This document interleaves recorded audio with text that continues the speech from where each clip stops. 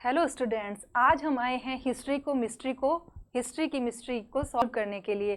तो आज हम इसमें क्या देखेंगे, हम एनसीईआरटी क्लास 6 की शुरू करेंगे। जो क्लास की एनसीईआरटी है क्लास 6 की, वो अब नई आ चुकी है और इसके अंदर क्या किया गया है, सारे जो सब्जेक्ट्स हैं उनको एक ही बुक के अंदर मर्ज कर दिया गया है। तो जब हम 4th चैप्टर खोलते हैं तो हमें वहाँ पे हिस्ट्री की शुरुआत मिलती है। तो जो हमारा 4th चैप्टर है उसका नाम है timeline and the sources of history. अगर हम हिंदी में कहें तो इतिहास की समय रेखा तथा इतिहास के विभिन्न स्रोत। तो आज की जो हमारी इंट्रोडक्शन क्लास है इसके अंदर हम हिस्ट्री का इंट्रोडक्शन देखेंगे कि हिस्ट्री शब्द की उत्पत्ति कहाँ से हुई और हिस्ट्री की परिभाषा क्या है, हिस्ट्री का महत्व क्या है, तथा इसके अलावा जो 2 पॉइंट्स है जो एनसीईआरटी के कंटेंट में से उठाया गया है, जैसे कि पृथ्वी पे जो जीवों का विकास कैसे हुआ और कौन कौन से लोग हैं जो पृथ्वी से जुड़े हुए हैं, जो इतिहास को पढ़ाने से जुड़े हुए हैं। तो चलिए शुरू करते हैं। सबसे पहले हिस्ट्री शब्द की उत्पत्ति। जी हाँ, हिस्ट्री शब्द की उत्पत्ति, हिस्ट्री हिंदी में हम इसको कहते हैं, इंग्लिश में कहेंगे हिस्ट्री और हिंदी के अंदर कहेंगे इतिहास। जो हिस्ट्री शब्द की उत्पत्ति है वो हिस्टोरिया शब्द से हुई। हिस्टोरिया, जो हिस्टोरिया है वो एक ग्रीक शब्द है। हिस्टोरिया है वो एक ग्रीक शब्द है। इसका अर्थ होता है टू एनक्वायर। टू एनक्वायर मतलब किसी की इंक्वायरी करना या टू इन्वेस्टिगेट, किसी को इन्वेस्टिगेट करना कि इसमें क्या है। तथा अगर हम हिंदी की बात करें तो जांच पड़ताल करना, जांच पड़ताल करना। हाँ, ये शब्द है हिस्ट्री का। ये जो आपको स्लाइड पे चित्र दिख रहा है ये है हेरोडोटस। तो ये हिस्ट्री का जो है वो शब्द दिया था हेरोडोटस ने, हेरोडोटस। और इन्हें जो हमारी इतिहास है उसको इतिहास का जनक कहा जाता है, इतिहास का जनक। और इसको अगर हम अंग्रेजी में कहते हैं तो फादर ऑफ हिस्ट्री कहा जाता है। इनको फादर ऑफ हिस्ट्री क्यों कहा जाता है? क्योंकि इन्होंने एक बुक लिखी थी और उस बुक का नाम है द हिस्ट्रीज। और इस हिस्ट्रीज के अंदर जो पश्चिम जगत था, पश्चिम जगत के अंदर जो ग्रीक और रोमन के युद्ध हुए थे उनके बारे में इन्होंने सबसे पहले विस्तार पूर्वक बताया था। तो ये इतना जानना जरूरी नहीं है, बट ये जानना जरूरी है कि हेरोडोटस है वो इतिहास के जनक है। इसके बाद हम आते हैं कि जो हिस्ट्री है वो क्या है, हिस्ट्री है वो क्या है। तो हिस्ट्री एक विषय है तो इसकी हम देखेंगे आज परिभाषा। तो देखिए, पहले का मानव, ये है पहले का मानव जो एक चिंपांजी था, और उसके बाद में ये ग्रो किया, इसने, इसकी कमर सीधी हुई, इसके शरीर पे जो बाल थे वो चले गए। इसके बाद में इसमें डेवलपमेंट हुआ, इसके ब्रेन में डेवलपमेंट हुआ, इसने एडेप्टेशन सीखा नई परिस्थितियों से और इसने अपनी स्किल्स को और ज़्यादा मजबूत किया और लास्ट में जाकर जो मानव बना वो आज का मानव है। जो मानव जो आर्टिफिशियल इंटेलिजेंस को यूज करता है, जो रोबोटिक्स को यूज करता है। तो इसके अंदर हमने देखा कि जो पास्ट का मानव ये था और अभी का मानव ये है। इसके अलावा हम देखेंगे समाज। तो पूर्व का समाज ये है। इस समाज के अंदर देखिए कुछ लोग हैं वो कृषि कर रहे हैं, एक गडरिया है जो भेड़े चरा रहा है, तो मतलब पशुपालन हो रहा है। एक आदमी है जो लकड़ी काट रहा है, एक महिला है जो मिट्टी के बर्तन में भोजन बना रही है। तो यहाँ पे क्या थी, लाइफ बहुत सिंपल थी। पर आज की जो लाइफ है वो काफ़ी कॉम्प्लिकेटेड भी हो गई है और मॉडर्न भी हो गई है। अब लकड़ी मशीनों के द्वारा काटी जाती है, आज कृषि भी मशीनों के द्वारा होती है और एनिमल हस्बेंड्री का टाइमिंग आ गया है जिसके अंदर मॉडर्न वेज यूज होती है। तो इसलिए हम इससे समझते हैं कि 2 शब्द लेते हैं हम, हमारा पास्ट और हमारा प्रेजेंट। पास्ट को हम कहते हैं अतीत, पास्ट को हम कहते हैं अतीत और प्रेजेंट को हम कहते हैं वर्तमान। वर्तमान, तो वर्तमान किसका, ह्यूमन का, हमारा।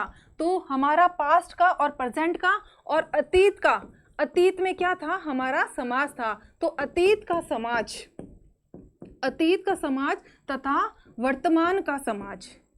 अभी हमने समझा कि वर्तमान में समाज में क्या मॉडर्न टेक्नोलॉजी आ गई है। तो वर्तमान का समाज व अतीत का समाज, तो जो हमारा इन दोनों के बीच में जो कनेक्टिंग लिंक है, इन दोनों के बीच में जो स्टडी होती है, जो पास्ट है और जो हमारा प्रेजेंट है, जो हमारा अतीत का समाज है, जो हमारा वर्तमान समाज है, इनके बीच में अनवरत संवाद, इनके बीच में अनवरत संवाद को हम हिस्ट्री कहते हैं। अनवरत संवाद, जिसे हम कहेंगे इंग्लिश के अंदर अनएंडिंग डायलॉग। जी हाँ, अब चलते हैं हम आगे, हम अगली स्लाइड पे। इसके अंदर है हिस्ट्री का महत्व। तो हमें पता होना चाहिए, हमारे पास वैलिड रीज़न होने चाहिए कि हिस्ट्री हम क्यों पढ़ते हैं। आज का युग विज्ञान का युग है, तो इसके अंदर हमें रोबोटिक्स पढ़नी चाहिए, आर्टिफिशियल इंटेलिजेंस पढ़नी चाहिए। तो हमारे पास 2 या 3 ठोस कारण होने चाहिए कि हम हिस्ट्री क्यों पढ़ते हैं। हाँ, तो मैं आपको बताऊंगी कि आज हम हिस्ट्री क्यों पढ़ते हैं। हमारा फर्स्ट पॉइंट है हमारी पास्ट की मिस्टेक्स। तो पास्ट की मिस्टेक है, पास्ट की गलतियां हैं, उससे हम सीखते हैं। तो इसका सबसे अच्छा उदाहरण हम लेंगे भारत पाक विभाजन।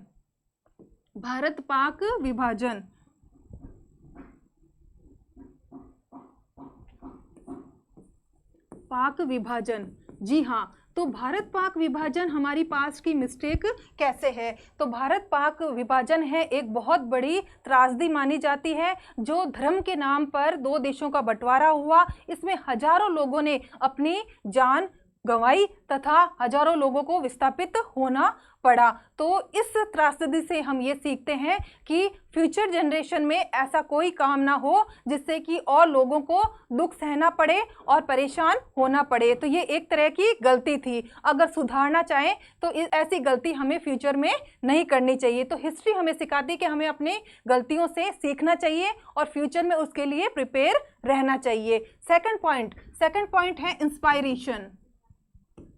इंस्पायरेशन, जिसे हम हिंदी में कहते हैं प्रेरणा। तो इंस्पायरेशन का अगर हम सबसे अच्छा एग्जांपल ले तो महाराणा प्रताप। जो महाराणा प्रताप थे, वो जो राजस्थान के लिए नहीं बल्कि वो हमारे भारत के लिए भी गौरव का विषय रहे। उन्होंने जिंदगी भर घास की रोटी खाई और जंगलों में रहे, छापामार युद्ध किया और मुगलों से लोहा लेते रहे, पर मुगलों के आगे कभी झुके नहीं। उन्होंने अपने देशभक्ति का जितने अच्छी तरह से त्याग का परिचय दिया, वो इतिहास में विरले ही होते हैं। तो उनसे हम सीखते हैं इंस्पायरेशन लेना, अपनी मातृभूमि के लिए मर मिटना। तो ये इंस्पायरेशन हमें मिलता है जब हम पढ़ते हैं हिस्ट्री। तो ये एग्जाम्पल है यहाँ पर महाराणा प्रताप का।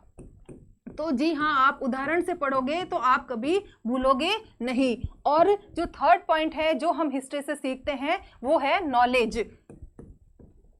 हाँ जी हाँ, हमें क्या ज्ञान है, हमें क्या नॉलेज है जो हिस्ट्री से मिलता है। उदाहरण लेते हैं हम सबसे पहले हिस्ट्री के अंदर ब्रह्मगुप्त का। एक वैज्ञानिक थे ब्रह्मगुप्त, जिन्होंने हजारों साल पहले ही गुरुत्वाकर्षण के नियम दे दिए थे। तो हिस्ट्री से हमने सीखा, हिस्ट्री से विज्ञान ने सीखा कि गुरुत्वाकर्षण के नियम थे, उन पे ही वापस रिसर्च हुआ और नई थ्योरीज दी गई। तो जो विज्ञान है वो आया हिस्ट्री के अंदर से। तो हमें जो नॉलेज है वो हमें हिस्ट्री से मिली। तो हम एग्जाम्पल याद रखेंगे यहाँ पर ब्रह्मगुप्त का। जी हाँ, इसके बाद में हम आगे बढ़ते हैं और आते हैं पृथ्वी पर जीवन का विकास। तो सबसे पहले हमें पता होना चाहिए कि पृथ्वी एग्जिस्टेंस में कैसे आई। तो सबसे पहले जो एनसीईआरटी के अंदर दिया हुआ है कि 4.5 अरब वर्ष पहले है वो पृथ्वी एग्जिस्टेंस में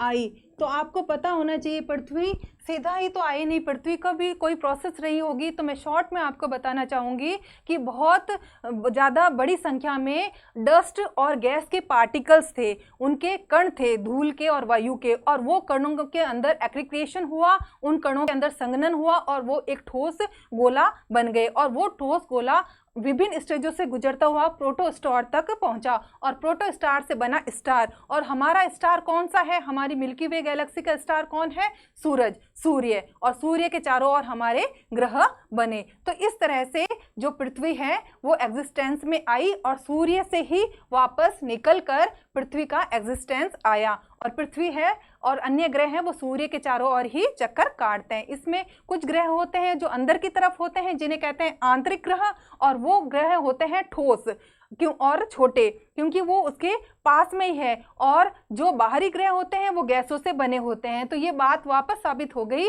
कि कहीं ना कहीं हमारा एग्जिस्टेंस धूल और गैस से ही हुआ था। तो देखते हैं कि सबसे पहले यहाँ पे धूल के कण होते हैं, बाद में इसमें एक्रीक्रिएशन होकर ये ठोस वस्तु बनती है, बाद में बनता है हमारा प्रोटोस्टार।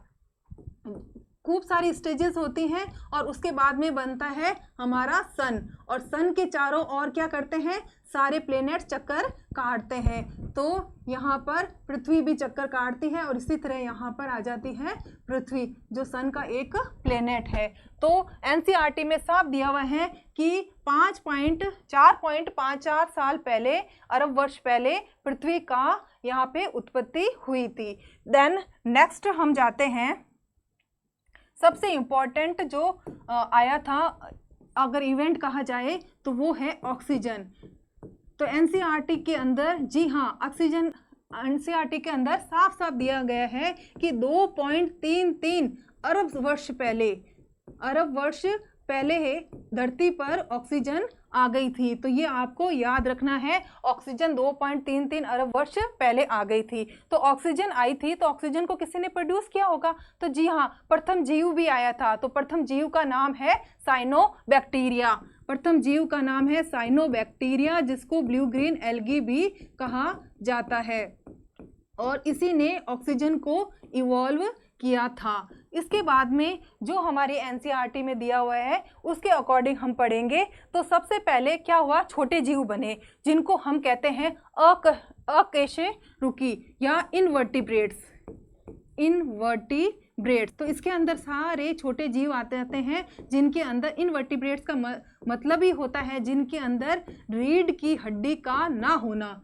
रीढ़ की हड्डी इनके अंदर नहीं पाई जाती है, तो वो होते हैं इनवर्टिब्रेट्स। तो जो छोटे जीव जंतु हैं जो समुद्र के अंदर, जहाँ पे इनका जीव की उत्पत्ति हुई, वहाँ पे ये सब एग्जिस्टेंस में आए। इनके लिए डिटेल हमें क्लास 6 के अकॉर्डिंग पढ़ना वैलिड नहीं है। फिर हम आगे बढ़ते हैं। इसके बाद आए वर्टिब्रेट्स। इसके बाद में आए वर्टिब्रेट्स। अब वर्टिब्रेट्स थे, इनके अंदर रीढ़ की हड्डी थी, वो प्रेजेंट थी। इनके अंदर रीढ़ की हड्डी थी, वो प्रेजेंट थी। तो ये थे हायर एनिमल्स। ठीक है। अब ये हायर एनिमल्स में कौन कौन सी क्लासेस आई, थोड़ा बहुत हमें इनका आइडिया होना चाहिए। तो विज्ञान की दृष्टि से या इतिहास की दृष्टि से हमें थोड़ा सा पता होना चाहिए। मैं आपको बिल्कुल ही सिंपल वे में बताऊंगी। जैसे सबसे पहले हम छोटी क्लासों में पढ़ते हैं कि मछली जल की रानी है। तो जल नाम लेते ही हमारे मन में आता है मछली। जल का नाम लेते ही सबसे पहले हमारे मन में आती है मछली। तो मछली की जो क्लास है उसको कहते हैं पिसीस या फिश। तो फिश है ये है इसकी क्लास।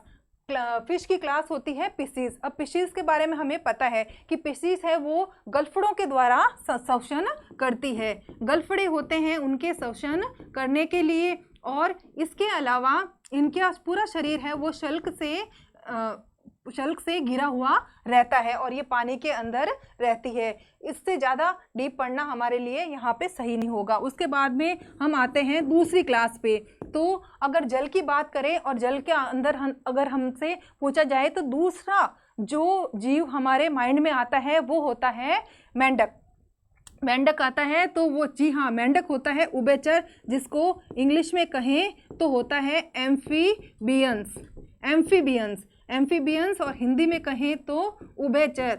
तो उभयचर में हमें याद रखना है मेंढक को। तो मेंढक होता है, ये एक उभयचर होता है, ये धरती पे और पानी में दोनों जगह रहता है। और ये श्वसन, इसमें याद रखना है कि ये श्वसन, गलफड़े तो होते ही हैं, गलफड़े होते हैं, वो होते हैं सिर्फ लार्वल स्टेज में। सिर्फ लार्वा होता है, वो गलफड़ों से सांस लेता है। जब मेंढक बड़ा हो जाता है तो वहाँ पे सांस लेने के लिए या तो वो त्वचा से सांस लेगा और या फिर वो अपने फेफड़ों का प्रयोग करेगा। तो ये तो एक बेसिक सी जानकारी थी एम्फीबियंस के बारे में। तो फर्स्ट क्लास थी पिसीस और सेकंड थी हमारी एम्फीबियंस। फिर आती है हमारी थर्ड क्लास।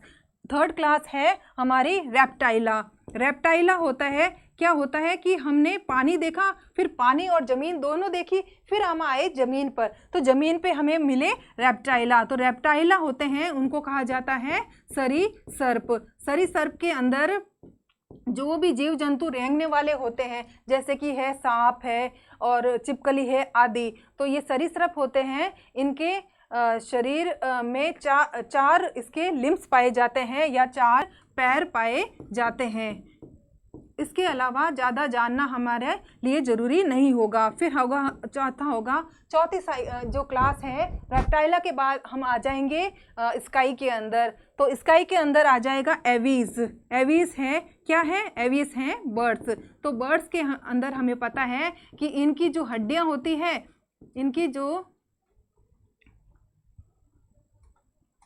इनकी जो हड्डियां होती है वो होती हैं खोखली। तो खोखली हड्डियां होगी तो क्या होगा, इनको उड़ने में मदद मिलेगी, इनका भार है वो कम रहेगा। इसके अलावा इनका पूरा शरीर है वो फीदर्स के द्वारा ढका हुआ रहता है। फीदर्स माने पंख।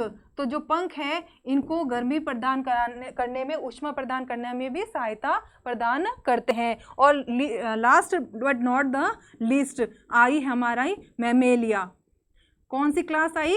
मैमेलिया क्लास आई। तो जो ये मैमेलिया है ये मोस्ट इम्पॉर्टेंट है। तो मैमेलिया पढ़ना इसलिए ज़रूरी है कि यही इसी क्लास से बाद में हमारा ह्यूमन बीइंग का ओरिजिन हुआ। तो जो मैमेलिया है उसका नाम इसलिए पड़ा कि उसके अंदर मेमोरी ग्लैंड्स पाए जाते हैं। मैमेलिया के अंदर मेमोरी ग्लैंड्स पाए जाते हैं। तो जो मेमोरी ग्लैंड्स होते हैं वो बच्चों को दूध पिलाने के काम आते हैं। इसके अलावा ये यंग वंस को जन्म देते हैं। इसके अलावा इसके अंदर और भी जो क्लासेस होती हैं, जैसे कि कुछ हैं, कंगारू एग्जाम्पल हुआ, वो भी एक मैमेलिया ग्रुप का ही है। तो वो बच्चे को थैली के अंदर रखता है। और प्लेटिपस है जो कि अंडा देता है। पर सबसे इम्पॉर्टेंट है कि इसके अंदर मेमोरी ग्लैंड्स पाए जाते हैं और ये यंग वंस को जन्म देते हैं। इसके अलावा हम आगे बढ़ेंगे तो अब मैमेलिया ग्लैंड्स, मैमेलिया जो क्लास है उससे हम बढ़ेंगे आगे। तो एक क्लास इंपॉर्टेंट आएगी प्राइमेट्स का।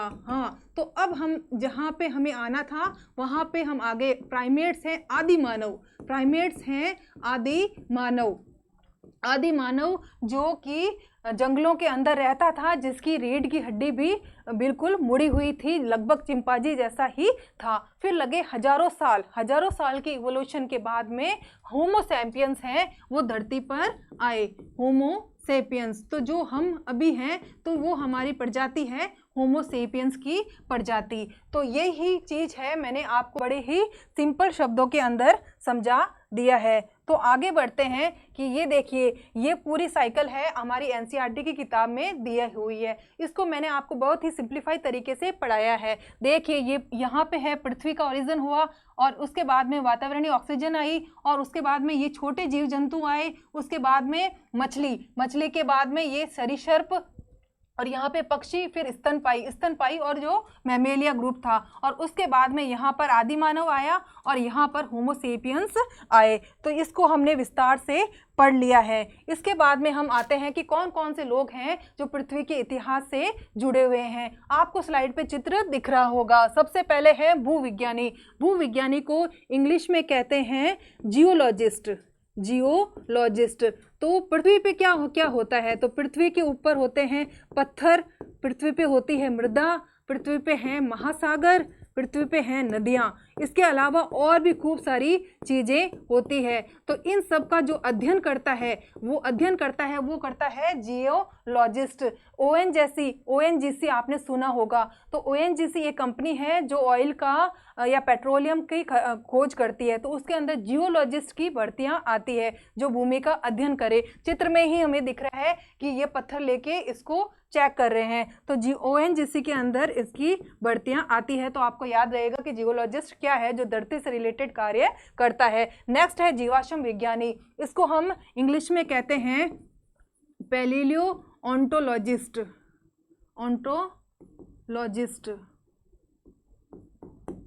पैलियो ऑन्टोलॉजिस्ट।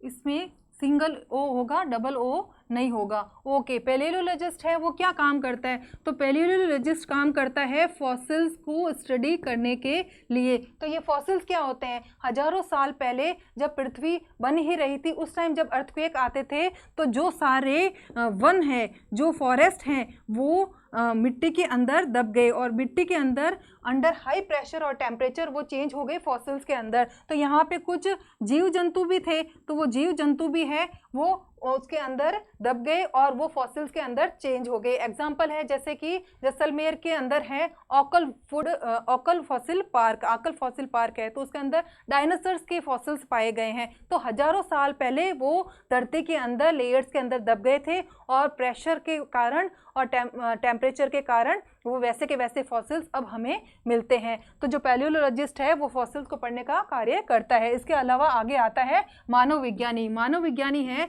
जिसको हम इंग्लिश में कहते हैं एंथ्रोपोलॉजिस्ट। एंथ्रोपोलॉजिस्ट, तो जो एंथ्रोपोलॉजिस्ट है वो क्या करता है? मानव व्यवहार का अध्ययन करता है। मानव से रिलेटेड जो भी एक्टिविटीज़ हैं उसका अध्ययन है वो एंथ्रोपोलॉजिस्ट करता है। इसके बाद में जो लास्ट है वो है पुरातत्व विज्ञानी, जिसको हम कहते हैं आर्कियोलॉजिस्ट। तो जो आर्कियोलॉजिस्ट है वो अध्ययन करता है जो भी हमें पुराने सिक्के मिले हैं, पुराने मनके मिले हैं, इसकी अध्ययन करता है, इसकी खुदाई करता है। चित्र में भी हमें ये दिख रहा है।